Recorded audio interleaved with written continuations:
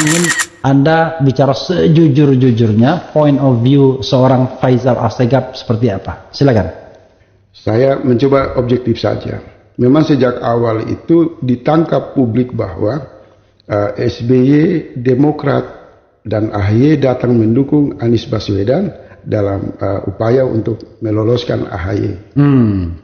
Dan dari menit, jam, hari, bulan hingga diklaim hampir setahun kan, upaya itu ditangkap bahwa ini satu dukungan tapi mengunci, sehingga kita tidak melihat Demokrat juga berbesar hati misal mendorong figur-figur yang baik seperti Gatot Nurmantio, dari kubu juga NU ya seperti Yeni dan lain-lain. Hanya artinya mereka tidak memberikan alternatif. Fokus mobilisasi mereka bagaimana kalau Anies maju calon presiden maka AHY yang jadi wakilnya. Itu juga terjadi upaya lobby yang dilakukan oleh Demokrat terhadap Ganjar. Hanya saja ketika terjadi kemesraan, terjadi hubungan yang bagus, saling lobby di sana untuk bagaimana Ganjar menarik AHY, reaksi-reaksi kedewasaan politik ditampilkan oleh Surya Paloh, oleh Anies, oleh para pendukung koalisi perubahan. Tidak terjadi hujatan, caci maki, apalagi prasangka, apalagi menuduh pengkhianatan. Tetapi ketika baru dimunculkan nama Anies Caimin, ini terlalu cepat. Demokrat itu bereaksi, membuat kesimpulan, dan mereka tidak menghitung konsekuensi. Menurut saya, apa yang dilakukan oleh Demokrat tidak bagus. Dalam berbagai tulisan saya itu saya sering mengingatkan bahwa ketika Pak SBY hengkang dari kekuasaan, maka hampir 10 tahun hari-hari Pak SBY itu memang menyiapkan jalan politik dengan segala upaya untuk membuat Agus bisa kembali ke kursi empu kekuasaan. Dan hari ini kan di puncaknya kita lihat. Jadi susah menghubungkan apakah murni AHY adalah sebuah produk partai politik atau dia produk pribadi dari kepentingan Pak SBY dengan memanfaatkan partai politik sebagai sarana untuk membawa tujuan pribadi. Kalau saya membaca di seluruh media sosial, cara berpolitik dalam ekspresi kemarahan yang dimunculkan oleh kawan-kawan Partai Demokrat hampir tidak bisa dilihat sebagai satu konsensus politik partai. Mereka marah karena anak Pak SBY itu gagal menjadi wakil presiden. Dikuasai oleh hawa nafsu politik yang tidak terkendali, dan memang dinasti politik dalam berbagai studi sejarah tentang dinasti politik memang gejalanya seperti itu. Kalau seorang bapak itu sudah menyiapkan putra mahkota, maka ketika putra mahkota itu tidak mencapai tujuan yang diinginkan oleh sang bapak, itu terjadi huru-hara politik. Kenapa Anies Baswedan kemudian kesannya nurut aja dengan Surya Paloh dalam kasus ini? Saya bisa tanggung jawab itu karena saya mengkonfirmasi itu.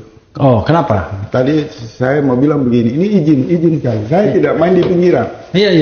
Saya mengkonfirmasi semua informasi yang strategi, dan saya tahu sebenarnya sudah 2 bulan lalu. Menarik ini. Sudah 2 bulan lalu sinyal itu kita berikan bahwa kita menolak sebenarnya AHY. Tetapi dianggap yang ngomong kan Faisal. Kan begitu kan? Sebenarnya sinyal itu sudah mengatakan AHY tidak calon wakil presiden lagi. Karena? Dan diikuti oleh proses penundaan. Penundaan itu menegaskan bahwa mencari figur yang ideal. Kan begitu kan? Hanya saja sinyal yang begitu kuat seolah-olah diabaikan. Masih terus berusaha lah kawan-kawan Demokrat ini dengan segala penggalangan opini untuk terus mengunci Pak Anies dalam posisi yang sangat dilematis. Kenapa AHY kemudian tidak lagi sejak 2 bulan yang lalu? Sebenarnya mereka sudah tahu itu. Jadi ledakan hari ini bukan sesuatu yang spontan. Sudah memang disiapkan dari 2 bulan lalu. Mereka harus mengambil satu posisi yang play victim, seolah-olah terzalimi. Dengan harapan untuk terus menarik simpatisan barisan pendukung perubahan untuk membesarkan elektabilitas Partai Demokrat. Menurut Anda kemudian tiba-tiba AHY tidak lagi menjadi faktor untuk menjadi duet. Anies secara pribadi kan punya pendapat. Iya. Iya. Pribadi dia mengatakan, kita asumsi saja, Iya. dia senang dengan AHY, dia senang dengan Mas Gatot, dia senang dengan Caimin atau siapalah. Tetapi kan ada yang namanya pendapat partai politik dengan kalkulasi yang mereka bawa masing-masing. Iya. Dan itu kan telanjang di ruang publik. Secara secara perlahan-lahan dimunculkan dengan menunda pengumuman calon cawapres. Berarti orang awam saja berkesimpulan AHY ditolak, akan dicari calon yang ideal. Maka semua perangkat dalam proses lobby, ucapan, komitmen tertulis, semua instrumen itu batal, tidak bisa lagi dirujuk. Dan Pak SBY harus membuang sifat-sifat yang elitis. Anda sudah bukan lagi presiden, tunjukkan bahwa Anda seorang egalit. Iya. Anda jangan merasa Anda terlalu raja. Iya. Anda nggak ada apa-apanya di mata saya pribadi, Anda biasa aja. Kata pengkhianatan yang dialamatkan oleh Demokrat kepada Pak Anies itu sudah dipatahkan dengan sikap kesetiaan PKS. Kecuali PKS dan Demokrat melakukan konferensi bersama mengatakan Anies pengkhianat, rakyat percaya. Iya kan? Tapi kalau datang dari Demokrat, jawaban rakyat sederhana. Ini baperan karena anak nggak masuk. Gue udah 10 tahun kerja keras, udah hampir ratusan bahkan triliun rupiah, uang habis demi mengusung anak gue. Ternyata di ujung-ujung rakyat mengatakan belajar dulu, jangan buru-buru. Bro, iya kan? Iya. Gagal baperan kan itu. Saya mau diizinkan boleh nggak merangkum apa yang abang pikirkan soal AHY dalam konteks kapasitas dan pengalaman. Iya. Kalau bukan SBY presiden dan mendirikan Partai Demokrat, AHY tidak jadi ketua umum partai. Iya. Karena belum ada punya pengalaman politik. Tidak punya. Dia belum matang. Iya. Dia masih labil. Dia perlu diberikan dorongan tanggung jawab pada struktur yang lebih jelas. Lebih jelas dulu. Kalau karbitan politik seperti ini dipaksakan, bukan saja negara hancur, rakyat rusak semua. Iya, karena begini, kan saya mau nambah sedikit. Ya, oke, silakan. Oleh sebab itu, tadi saya mengatakan dalam satu diskusi terbatas bahwa praktek politik yang dimainkan oleh AHY dan SBY ini memposisikan partai politik tidak beda dengan komando di barak militer, dengan selera kepemimpinan bukan jenderal 4 bintang, tapi seorang mayor. Kita bandingkan dengan Mas Gatot. Mas Gatot ini hebat. Dia yang berpeluang harus dicalonkan dengan Pak Anies, dengan besar hati mengatakan kita serahkan pilihan Pak Surya Paloh ini terbaik. Karena kita mengambil lebih banyak kelompok di luar perubahan untuk kembali ke jalan kesamaan pandangan untuk perubahan. Kita buang kepentingan pribadi, kita buang kepentingan kelompok. Bahasa ini kalau digunting dikasih kepada Pak SBY, saya khawatir bisa terjadi struk politik. Bahasa Pak Gatot itu meruntuhkan semua pencitraan palsu yang selama bertahun-tahun dibangun oleh SBY. Ternyata seorang bintang 4 itu memang, walaupun dia belum menduduki posisi jabatan presiden, tapi dia jauh lebih matang. Karena dia pernah punya tanggung jawab. Pak SBY ini kan 3 bintang. Iya. Maka yang dikarbit itu kan Pak AHY. Dipaksa keluar kan sebagai mayor.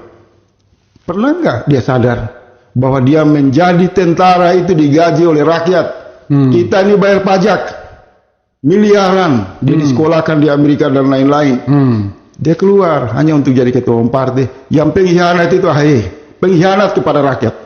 Jadi berhenti menyerang orang lain dengan logika yang tidak bisa dibuktikan. Mari kita merujuk dari seorang mantan panglima TNI, Gatot Nurmantio.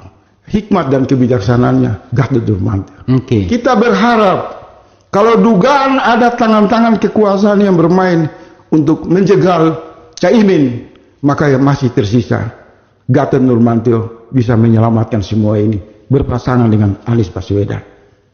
Supaya PKB juga kita dorong untuk membuang semua kepentingan pribadi dan dia berdiri sebagai partai kebangsaan yang visioner, yang sejak awal memang berpolitik dengan cara-cara bijaksana dan tidak hanya memperjuangkan golongannya sendiri.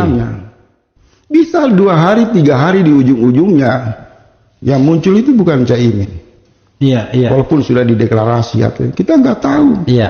Ada faktor X yang begitu banyak tersedia. Karena kalau kita bicara mengenai yang sah itu ya yang didaftarkan, bukan yang dideklarasikan. Saya itu dari semua podcast yang diundang, saya terima kasih Bang Refli Harun. Kenapa saya mau datang ke sini? Karena ada satu pembobotan pembicaraan peristiwa yang sangat memancarkan pandangan tauhid saya ke sini. Wah, ini hebat ini dialog. Karena mestinya Kompas, TV One, TV-TV besar itu mengundang Pak Gatot itu. Iya, iya, iya. Itu bahasa yang meruntuhkan semua tuduhan Partai Demokrat. Dia apa adanya legowo. Figur-figur seperti ini yang kita butuh. Mungkin kalau ini sudah di ujung acara, saya juga mau menyarankan kepada Pak SBY. Oke. Kita kan tidak mau juga buang batu sembunyi tangan. Iya. Kebetulan ada sahabat aktivis 98 yang juga tanda petik kan masuk penjara di Zalimi, Pak Anas Urbaningrum. Oke. Jadi sebelum jauh melangkah untuk memporak-porandakan situasi ini, saya berharap harus di antara mereka saling berdialog. Jadi kalau kita mengatakan kita legowo, berjiwa besar, kita nasihati pengikut-pengikut kita harus santun, harus tulus. Ya saya juga berharap kapan Pak SBY juga bisa mengundang Anas Urbaningrum untuk berdialog dalam rangka memperkuat Partai Demokrat. Karena Demokrat itu kan punya jejak pengorbanan banyak orang. Dan dari situ nanti kita lihat apakah seorang SBY itu orang yang membangun partai dengan membuang semua kepentingan dan sentimen, atau dia hanya membangun partai dengan satu pandangan kacamata kuda, setiap bangun tidur menanyakan apakah AHY berpeluang jadi cawapres atau tidak.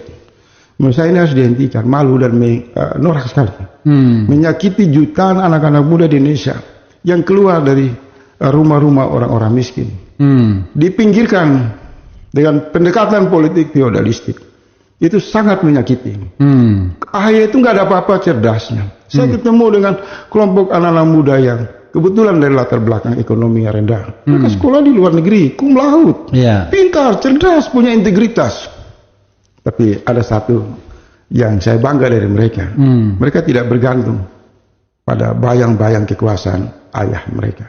Mereka bergantung pada perjuangan realitas dan mereka percaya bahwa pemimpin yang bagus adalah pemimpin yang otentik, bukan pemimpin hasil politik kemanjaan orang tua dengan menggunakan fasilitas partai politik atau ormas manapun.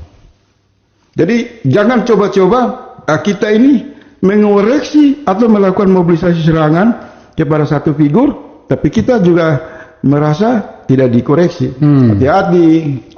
Jangan pencitraan-pencitraan lah, ya kan? Kalau semalam ini saya lihat bagaimana kawan-kawan wartawan berdiri luar pagar CKS dan kemudian ada juru bicara dari Partai Demokrat itu menyampaikan pernyataan menghujat Anies Baswedan, ya kan? Biasanya kan dia duduk di dalam ruangan di CKS, panggil kawan-kawan wartawan, kesetaraan kan, dihargai. Ini di depan pagar, berdiri di luar pagar kemudian menghujat, menyemburkan kata-kata yang menurut saya tidak pantas, mempermalukan SBY, membuat rontok semua nasihat-nasihat SBY tentang kesantunan, tentang budi pekerti, tentang image-image yang berarti selama ini palsu semua. Ini serigala berbulu domba itu ya Partai Demokrat itu sendiri. Bisa saja kesimpulan rakyat seperti itu kan. Kita ini bebas merdeka bisa bicara begini karena kita berharap semua menjadi baik. Tapi kalau tidak mau terima kritik ya udah bikin partai di